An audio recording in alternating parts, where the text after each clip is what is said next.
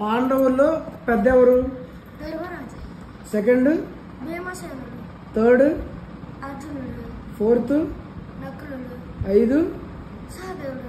వీడు ధర్మం వైపు ఉంటారు కాబట్టి శ్రీకృష్ణ పరమాత్మ దేవుడు వాళ్ళకే సపోర్ట్ చేస్తాడు. కానీ కర్ణుడు మంచోడే, కానీ మాట ఇచ్చి నాకు తప్పడం తెలియదు కదా. కర్ణుడు ఎవరికి ఇచ్చాడు మాట? దుర్యోధనుడికి. ఏమని ఇచ్చాడు? నేను నీ వైపు నుండి యుద్ధం చేస్తానని మాట ఇచ్చాడు. కౌరవులకి సపోర్ట్ చేస్తాను అని మాట ఇచ్చాడు. యుద్ధం కూడా చేస్తానని ఇచ్చాడు. అంటే కౌరవులకి ఎందుకు మాట ఇవ్వాల్సి వచ్చింది? ఎందుకంటే దుర్యోధనుడు ఒక రాజ్యాన్ని ఇచ్చాడు తనకి. అది నేను అదే కమింగ్ టు ద పాయింట్, నేను అదే చెప్తుంది. దుర్యోధనుడు కౌరవుల్లో పెద్ద అతను దుర్యోధనుడే కదా. అతను అంటే ఎలా చెప్పాలి? ఎలా చెప్పు, నాకు అర్థమైంది. ఎందుకంటే అలా నాకు తెలుసు కాబట్టి. నార్మల్ గా ఒక వేషం వేసుకొని వెళ్ళి ఎవరు ఇంద్రుడు లేదా శ్రీకృష్ణుడో తెలీదు, ఐ థింక్ ఇద్దరులో ఎవరో ఒకరు ఉంటారు. ఆ ఇద్దరు, ఇంద్రుడు తెలుసు కదా నీకు, వాళ్ళ ఇంకా కృష్ణుడు, వాళ్ళిద్దరులో ఎవరో పోయి కవచకుండలాలు తీసుకుంటారు. అబద్ధం చెప్పి ఇచ్చేస్తాడు. ఏం భయపడకండి, దానకర్ణుడు కదా, ఇచ్చేసాడు. తర్వాత యుద్ధంలో చనిపోయాడు. ఎలా అనుకుంటున్నావు? ఆల్రెడీ ఒక శాపం ఇచ్చారు బాణం వేసేటప్పుడు యుద్ధంలో మర్చిపోయాడు. అంటే కర్ణుడు ఒకసారి బాణం వేస్తుంటే ఇది 2 జింకలు, రెండు జింకలు వేషాలు వేసుకున్నారు నార్మల్గా జింకల్లాగా. వాళ్ళ మనుషులు శాపం పెట్టా, ఒక ఆడ జింక చనిపోయింది. ఆ జింక ఎవరు? ఒక మగ జింక వైఫ్.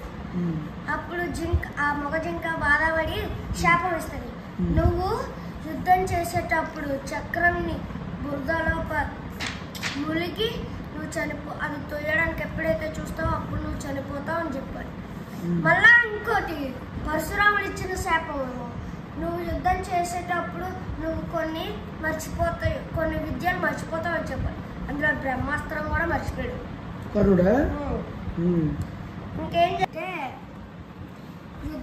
కర్ణుడు చనిపోయి ఆ తర్వాత తెలిసింది పాండవులకి కర్ణుడు అతను అన్నయ్య అని. ఆ తర్వాత ఏంటి, కర్ణుడు హ్యాపీగా చనిపోతాడు. అర్జునుడు కోపం కూడా ఉంది, ఎందుకంటే తన కొడుకుని పేరు అభిమన్యుని చంపేశాడు కదా కర్ణుడా. బాధ పెడతాడు వాళ్ళందరూ. అభిమన్యుని చంపింది ఎవరు? కర్ణుడే కదా, బాణం వేసి చంపాడు కదా. కావాలని చంపలేదు, తన బాధ పెట్టకూడదని చంపేశాడు. ఆ తర్వాత కర్ణుడిని ఒక బురదలో పడిపోతాను చేప ఇచ్చాడు కదా, అలా రథం బురదలో పడిపోతే అది దాన్ని ఎత్తలేనప్పుడు చూడు చెప్తున్నా. ఆ తర్వాత కృష్ణుడు ఏం చేస్తాడు, వేరే చోటకి తీసుకెళ్తాడు, అక్కడ బురద ఉంది కన్ఫర్మ్ గా, అక్కడ వేస్తాడు. తోస్తుంటే అప్పుడు కృష్ణుడు అంటాడు, సమయం లేదు చంపే అంటాడు. ఆ తర్వాత కర్ణుడు అంటాడు, ఇది తప్పు, నేను ఇంకా యుద్ధంలోకి దిగినాక చంపుదూరు అన్నాడు, యుద్ధం చేద్దాం అన్నాడు. కానీ కర్ణుడు అన్నాడా? ఎవరితో? అర్జునుడితోనా? అర్జునుడితోనే కాదు, కృష్ణుడు కూడా చెప్తాడు. తర్వాత ఏం జరిగింది, అప్పుడు కృష్ణుడు మొత్తం జరిగిన విషయాల్లో అన్ని ఏమేమి జరిగాయో అవన్నీ చెప్తాడు. దాంతో బాధపడి బాధను తట్టుకోలేక తోస్తుంటే అర్జునుడు కోపం కూడా ఉంది, అభిమన్యుని చంపినందుకు. అందుకే బాణం గట్టిగా వెక్కు పెట్టి అప్పుడు భీమసేన, మాత ఎందుకు మాతో నువ్వు కర్ణుడిని కట్టుకున్నావు, అతను మన శత్రువు కదా. కాదు పుత్ర, ఒకప్పుడు నేను ఒక తప్పు చేశాను, ఆ తప్పు వల్ల ఈ పని జరిగిందని చెప్తాడు. ఆ తర్వాత ఏం జరిగింది మొత్తం చెప్పగానే ధర్మరాజుకు కూడా తెలిసిపోద్ది, అందరికీ తెలిసి మా అన్నయ్య అని అందరికీ తెలిసిపోయింది. ఆ తర్వాత బాధపడతారు అందరూ. అంటే యుద్ధం జరిగేటప్పుడు తెలిసింది అది సగంలో. ఆ తర్వాత ఏం జరిగింది, కర్ణుడు చనిపోతాడు. అలాగా నేను చెప్పాను కదా, వేరే వాళ్ళకి కూడా వెళ్తారు కదా నీటిలో పెట్టినప్పుడు, వాళ్ళు కూడా వచ్చి పుత్ర అని ఏడుస్తారు. కృష్ణుడికి అప్పుడు అంటాడు,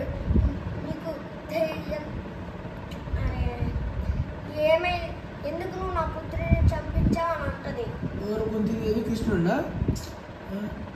చెప్పాను కదా ఒక దొరుకుతుంది ఆ అమ్మ అడుగుతుంది నీ వల్లే నా పుత్రుడు చనిపోయాడు అంటాడు.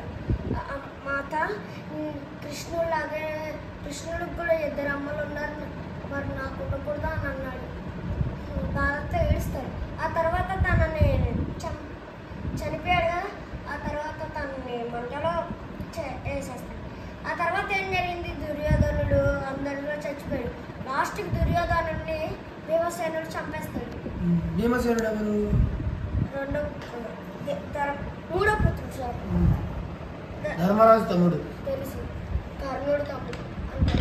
అదే కర్ణుడు కుంతీదేవికి మొదట తప్పు చేయడం వల్ల సూర్య భగవానుడు తప్పు చేయడం వల్ల జరిగింది.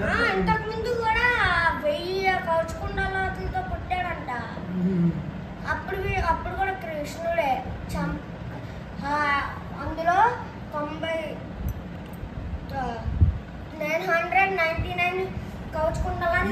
యుగాల మధ్య తేడా తెలుసా నీకు? యుగాలు ఎన్ని ఉన్నాయి నాకు చెప్పేమేంటి? సత్యయుగం, త్రేతాయుగం, ద్వాపరయుగం, కలియుగం, మళ్ళా సత్యయుగానికి వెళ్తాం. యుగాల మధ్య తేడా ఏంది? సత్యయుగానికి, త్రేతాయుగానికి, ద్వాపర యుగానికి, కలియుగానికి 4 మధ్య తేడా ఏంటి? సత్యయుగంలో ఏ మనిషి యొక్క తప్పు కూడా చేయడు, అంతేకాదు ఎవరిని ఏడిపించాడు. సత్యయుగంలో ఇద్దరికి జరుగుతుంది, ఆకాశానికి భూమికి. యుద్ధం కాదు, మనస్పర్ధ. దాన్ని ఏమంటారు అంటే వ్యత్యాసం చెప్తున్నా. సత్యయుగంలో ఏమవుతుంది అంటే ప్రపంచాలకి భూలోకాలకు జరిగే ఉంటాయి అనమాట. ఎన్నికలు అనేది ఇది ఉంటుంది. ఏంటి ఏ యుగం గురించి? సత్యయుగము, త్రేతాయుగము, ద్వాపర యుగము, కలియుగము 4 యుగాలు ఉంటాయి. ఇప్పుడు నేను చెప్పాలంటే సత్యయుగంలో ఏం జరిగింది చెప్పు. సత్యయుగంలో ఏం జరిగింది, మీనింగ్ ఏంటి? సత్యయుగంలో ఒక్కొక్క మనిషి 32 ఫీట్స్ ఉంటారు. అంతేకాదు అందులో ఒక్క చెడు పనులు కూడా ఎవ్వరు ఏం చేయరు. కానీ సత్యయుగానికి త్రేతాయుగానికి డిఫరెన్స్ ఏంటి? త్రేతాయుగంలో రావణాసుడు వీళ్ళందరూ కొంచెం చెడ్డవాళ్ళగా మారుతారు, కొంచెం చెడ్డది. అందులో కూడా కొంచెం 32 ఫీట్స్ కంటే కొంచెం తక్కువ ఫీట్స్ ఉంటారు. మళ్ళీ ద్వాపర యుగంలో ఏమో కంసుని చంపడానికి మళ్ళా పుడతాడు శ్రీకృష్ణుడు.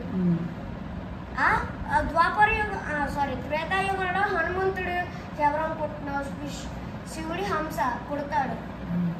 అందరు దేవుళ్ళు కలిపి ఒక్కొక్క మనిషి పుట్టిస్తారు. ఇప్పుడు సపోజ్ నాకన్నా బాగా తెలుసుకొని చెప్తున్నాడు. వాలి వాలి ఉన్నాడా, వాలి ఏమో ఇంద్రుడు హంస, కానీ చెడ్డవారు చనిపోయాడు. ఇంకా సుగ్రీవుడు ఉన్నాడు కదా. ఇప్పుడు సత్యయుగము, ఇప్పుడు ఇది అంతేంటి, రామాయణమా మహాభారతమా? రామాయణ మహాభారతం కాదు. శ్రీకృష్ణ భగవానుడు అంటే విష్ణుమూర్తి ఎన్ని అవతారాలు ఎత్తాడు, ఎందుకు ఎత్తాల్సి వచ్చింది, ఎవరి కోసం ఎత్తాల్సి వచ్చింది అనేది ఈ మ్యాటరు. సత్యయుగము, త్రేతాయుగము. సత్యయుగము, త్రేతాయుగము, ద్వాపర యుగము, కలియుగము 4 యుగాలు. సత్యయుగంలో ఏ అవతారం ఎత్తాడు? మత్స్య అవతారం ఎత్తాడు. ఫిష్. ఎందుకంటే అప్పుడు ఒక బోట్ మీద ఎక్కమంటాడు చూడు. ఆ తర్వాత ఇప్పుడు చెప్పేది రామాయణంలో. సత్యయుగం తర్వాత ఏస్తాడు, అపహరిస్తే ఏమైతుంది, అతనికి ఇంకో శక్తి ఉంది. ఎదుటివారు ఎంత శక్తివంతుడు, ఎవరి దగ్గరైనా ఆల్రెడీ రావణాసుడు కూడా యుద్ధం చేశాడు దాంతో, కానీ ఓడిపోయాడు. ఎందుకంటే అతనికి ఎదుటి వారిలో సగం శక్తి లాక్కునే శక్తి ఉంది. అలాంటప్పుడు రాముడు ఏం చేస్తాడు? ఎవరిచ్చాడు తెలుసా? ఇంద్రుడు ఇచ్చాడు కదా. అందుకని రాముడు కూడా డైరెక్ట్ గా బాణం వేసి చంపలేడు. అందుకని చెట్టు చాటు నుండి బాణం వేసి చంపుతాడు, బలవంతుడు కాబట్టి. కానీ కర్మఫలం భగవద్గీత ఏం చెప్తుంది? కర్మఫలం దేవుడైనా ద్రోణుడైనా కర్మఫలం నుంచి తప్పించలేడు. అందుకని రాముడు ఏం చెబుతాడు? రామావతారం అయిపోయిన తర్వాత ద్వాపర యుగంలో శ్రీకృష్ణుడు లాగా అవతరిస్తాడు. అవతరిస్తున్నప్పుడు ద్వాపర యుగం మునిగేకి బాణం వేస్తాడు. బాణం వేసినప్పుడు అతను అంటాడు, నేను తప్పు చేశాను. అతను ఎవరో కాదు, వాలియే. ఆ జనంలో చంపేశాడు, చెట్టు చాటుని చంపాను. శ్రీరాముడు అంటాడు, అప్పుడు శ్రీకృష్ణ పరమాత్మ అంటాడు, పూర్వ జన్మలో నేను దొంగచాటుగా రాముడిని అయ్యి ఉండి ధర్మాన్ని పాటించే నేనే అధర్మంగా చెట్టు చాటు నుండి నేను చంపాల్సి వచ్చింది. ఆ ద్వారా ఆ కర్మఫలాన్ని ఈ రూపంలో నేను తీర్చుకున్నా అని చెప్పి చెప్తాడు. అయినా కూడా అతను కావాలని చేయలేదు, అనుకోకుండా తగిలింది, కానీ అది కర్మఫలం. ఇప్పుడు కృష్ణుడు కూడా తప్పు చేశాడు. ఒక మహర్షి ఉంటాడు, తనకి పహస్యం ఇస్తారు, తిన్నాడు. తిని సగం ఎంగలం శ్రీకృష్ణుడికి ఇచ్చి ఒళ్ళు మొత్తం రాసుకోమంటాడు. కాళ్ళ కాడ పాదాల కాడ రాసుకోలేదు. దానివల్ల ఇక్కడ ప్రాణం ఉందని చెప్పేశాడు. అవును, భగవంతుడికి ప్రాణం అదే ఇక చెప్పట్లా. ఏదో ఒక చోట ఒక మెలుకుంటుంది పండు. సమస్త లోకం సృష్టి ఎలా ఉంటుంది అనుకున్నా భగవంతుడు అనుసారమే. బ్రహ్మ విష్ణు మహేశ్వర వీళ్ళ ముగ్గురే మెయిన్. పరమేశ్వరుడు ఎనలేని కోరికలు ఇస్తాడు. శివ భగవానుడు ఎనలేని మనసు పెట్టి పూజిస్తే ఎనలేని కోరికలు ఇస్తాడు. ఆయనకి పంచపరమాణాలు అవసరం లేదు. కాలి చెమ్ము నీళ్లు పోస్తే చాలు. మనస్ఫూర్తిగా వచ్చి గుడికి వెళ్ళి నమస్కరించుకొని చెమ్ము నీళ్లు పోసినా కానీ మనల్ని చల్లగా చూస్తాడు, మంచి కోరికలు తీరుస్తాడు. కానీ దాన్ని మనం అడ్వాంటేజ్గా తీసుకొని చెడు ప్రయత్నాలకు వెళితే అప్పుడు శ్రీ మహావిష్ణువు విష్ణుమూర్తి ఏదో ఒక రూపంలో అవతారం ఎత్తి సంహరిస్తాడు. అది అంటే వాళ్ళ ముగ్గురు. మళ్ళీ నీకు విష్ణుమూర్తి దేవతలైనా దేవుడైనా అన్ని అవతారాలు ఎత్తేది ఆయనే. కలికి అవతారం ఎవరు ఎత్తుతారు? ఇది ఏ యుగం? ఇది ఏ యుగం? కలియుగంలో కలికి రూపంలో వస్తాడు మన విష్ణుమూర్తి. ఒక తెల్లటి గుర్రం మీద వస్తాడు. అందులో ఎంతమంది చిరంజీవులు ఉన్నారు తెలుసా? అశ్వత్థామ, హనుమంతుడు, వినాయకుడు, శివుడు, ఇంకా కర్ణుడు కూడా ఉంటాడు ఇందులో. ఎందుకంటే తన కర్ర ఎలాగో అశ్వత్థామ దగ్గర ఉంది కదా. ఆ తర్వాత ఇంకా ఎవరు వస్తారు? పరశురాముడు కన్ఫర్మ్. తర్వాత వీళ్ళందరూ కలియుగంలో శ్రీకృష్ణ భగవానుడు తల మీద నెమలి ఎందుకు పెట్టుకుంటాడు అసలు చెప్పాలా? త్రేతాయుగంలో రాముడికి సీతకి దాహం వేసి వెతుకుతూ ఉంటారు. అప్పుడు ఒక నెమలి ఉంటది. ఆ నెమలిని దారి అడుగుతాడు. అప్పుడు అంటారు, మీరు గుర్తుపట్టలేరు, నేనంత వేగంగా పోతాను, అందుకే నేను నెమలాకులు ఇక్కడ ఒక్కొక్కటి వేస్తూ ఉంటానని చెప్తారు. ఆ తర్వాత ఏమవుతుంది? ఆ నెమళ్ళు ఎంత పోతాయో అంత ఆయుష్ తక్కువ అయిపోతుంది. అలా అన్ని నెమళ్ళు పోతాయి. ఆ తర్వాత ఏం జరిగింది? చనిపోతుంది నెమలి. దాహం కూడా తీరుతుంది రాముడివి సీతది. ఆ తర్వాత రాముడు అంటాడు, నేను వచ్చే యుగంలో నేను నా తలపైన నీ నెమలాకును పెట్టుకుంటా అని చెప్పాడు. అది దాహం తీర్చింది కాబట్టి. మళ్ళా ఆ తర్వాత ఏం జరిగింది? ఆ తర్వాత త్రేతాయుగం అయిపోయినాక నా బుజ్జి కదా చాక్లెట్ తెస్తా. ఓకే చెప్తున్నా. చనిపోయినాక శ్రీకృష్ణుడు పుడతాడు, మళ్ళా జన్మిస్తాడు. ఎవరిలో? కంసుడు ఉంటాడు. ఆ రాక్షసుడికి ఒక స్వామి చెప్తాడు, మీ చెల్లె కడుపులో 8 మంది పుడతారు, అందులో ప్రతి పిల్లాడు నిన్ను చంపే రకమే అంటాడు. కానీ ఏం జరిగిద్ది? అందరినీ పిల్లల్ని చంపేస్తారు, లాస్ట్ ఒక్క కృష్ణుని తప్ప. పుట్టుకతోనే చర్మంలో స్కిన్ మొత్తం నీరు రంగులో ఉండడం వల్ల కృష్ణుడు అని వస్తుంది. ఆ తర్వాత ఏం జరిగిందంటే అదేంటి కంసుడు చెల్లి వాళ్ళ భర్త కృష్ణుడు పుట్టగానే జైలు గేట్ మొత్తం దానంతట అవే ఓపెన్ అయిపోతే అతలా వెళ్ళినప్పుడు వర్షం ఫుల్ పడుతుంది. అప్పుడు నీటిలోకి వెళ్ళాల్సి తప్పదు. వెళ్తున్నప్పుడు ఇతను వస్తాడు, ఒక పాము. అంటే ఆ పాము ఎవరో తెలీదు నాకు. అలా శ్రీకృష్ణుడికి రక్షణగా ఉండి వాడిని తెలిసి కూడా నువ్వు కాపాడలేదు దానికి నీ వల్లే నా పిల్లలు చనిపోయారని ఒక శాపం ఇస్తాడు. ఎవరు? గాంధారి శ్రీకృష్ణ భగవాను శాపం ఇస్తుంది. శాపం ఇచ్చింది ఎందుకంటే అంత వాళ్ళే కదా గాంధారి పిల్లలే కదా కౌరవులు. తెలుసు, అదే కుంతిదేవికి పాండవులు. అప్పుడు ఏం జరిగిద్ది? ఆ తర్వాత చెప్పిద్ది, నీ సోదరులతో పాటు యుద్ధం చేసుకొని చనిపోతారు అని చెప్తాడు. ఆ తర్వాత వెళ్ళిపోతాడా?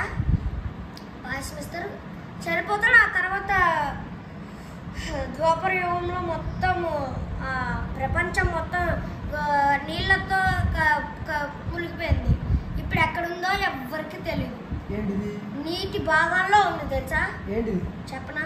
అదే ద్వాపర యుగంలో శ్రీకృష్ణుడు ఇల్లులు ఉంటాయి చూడు, పెద్ద ఇల్లు కడతాడు చూడు, రాజ్యం ఆ రాజ్యం మొత్తం మునిగిపోయింది నీటిలో.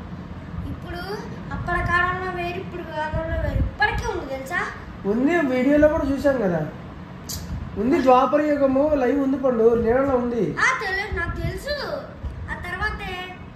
ఆ తర్వాత శ్రీకృష్ణుడు వేరే చోటుకెళ్ళి అది వాయిస్తూ ఉండి చనిపోతాడు, కాళ్ళకి తాకి. ఇంకేం మాట్లాడలేదు, చనిపోయాడు అలాగా. ఆ